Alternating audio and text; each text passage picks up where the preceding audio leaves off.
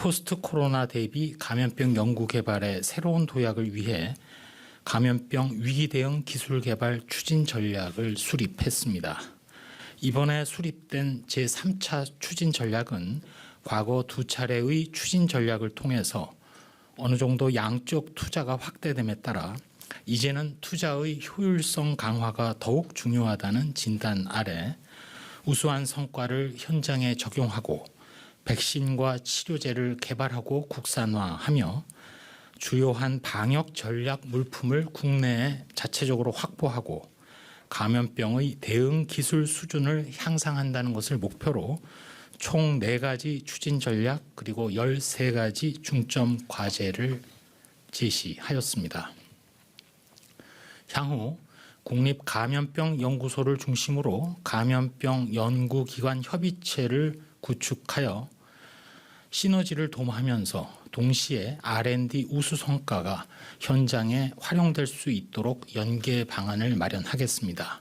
이 협의체에는 전체 9개 부처 청 산하 13개 연구기관 그리고 국제 백신 연구소 등이 함께할 예정입니다. 이렇게 함으로써 위기 상황 시 방역 당국의 요청에 따른 국가가 필요로 하는 주문형 연구를 최우선으로 수행할 수 있도록 체계를 갖추겠습니다. 다음은 코로나19의 국외 발생 동향입니다. 최근 한 주간 전 세계 신규 코로나 환자는 288만 명으로 그 전주의 313만 명에서 감소해서 6주 연속 감소세가 이어지고 있습니다. 미국의 경우에는 확진자가 11.6%, 사망자는 20.6% 감소하였고 특별히 뉴욕주의 경우에 12세 이상 접종 완료자 중 0.8%가 코로나19에 확진되었고 0.06%가 코로나19로 입원한 것으로 파악되었습니다.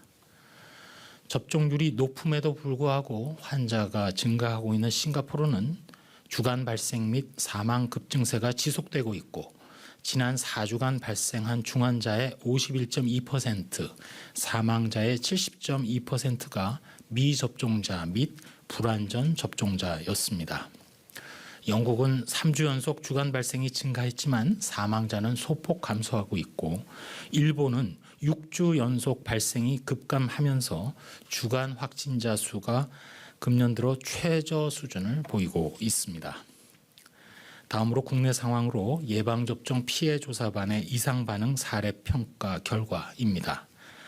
피해조사반에서 현재까지 평가 상정된 총 2,866건 중에 399건이 인과성이 인정되었고 41건은 근거 불충분한 사례로 평가되었습니다.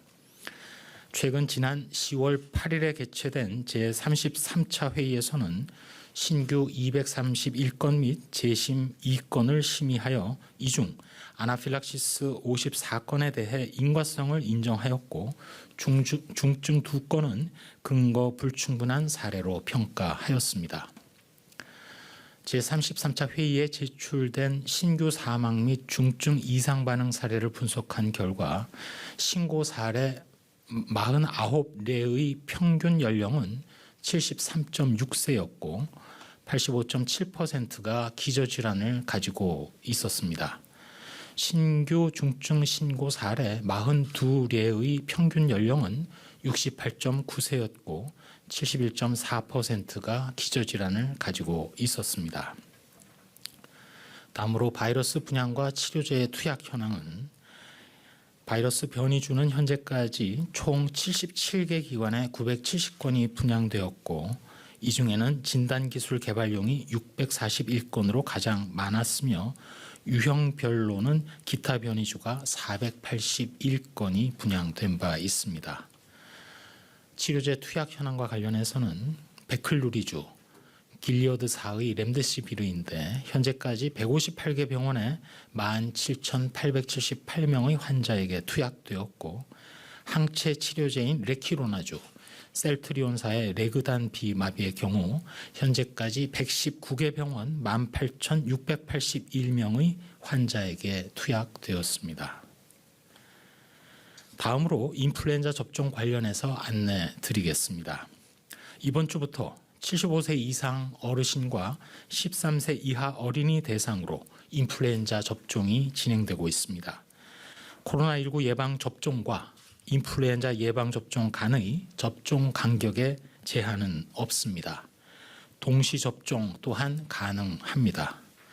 두 종류의 예방 접종이 함께 진행되면서 의료기관별로 접종 가능 인원이 제한될 수 있으니 방문 전에 의료기관의 접종 가능 여부를 확인하시고 65세 이상 어르신은 사전 예약 후 의료기관을 방문하실 것을 권장해 드립니다.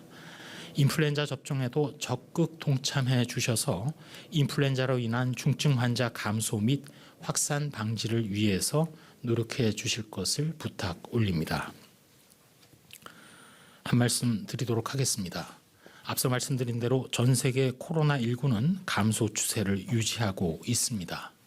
이 와중에 우리나라의 코로나 접종 완료율은 접종 선두 개시국인 미국을 이미 넘어섰고 이스라엘도 곧 추월합니다. 접종 완료율이 높은 국가 중에서 일부를 제외하고는 전반적으로 발생이 감소하였고 사망 규모도 낮게 유지하고 있습니다. 전 세계적으로 델타 변이 이후 주요한 변이의 출현, 확산은 없습니다. 국내 발생 규모는 여전히 크지만 증가 추세는 아닙니다. 위중증 규모도 마찬가지입니다. 다만 앞으로 코로나에 유리한 동절기 그리고 독감 등 만약 동시 유행한다면 방역에 혼선이 나타날 가능성 등 일부 불안 요인은 있습니다. 그럼에도 불구하고 우리나라는 백신 접종 참여가 늘어날수록 안전한 일상으로 다가가게 되는 것은 분명합니다.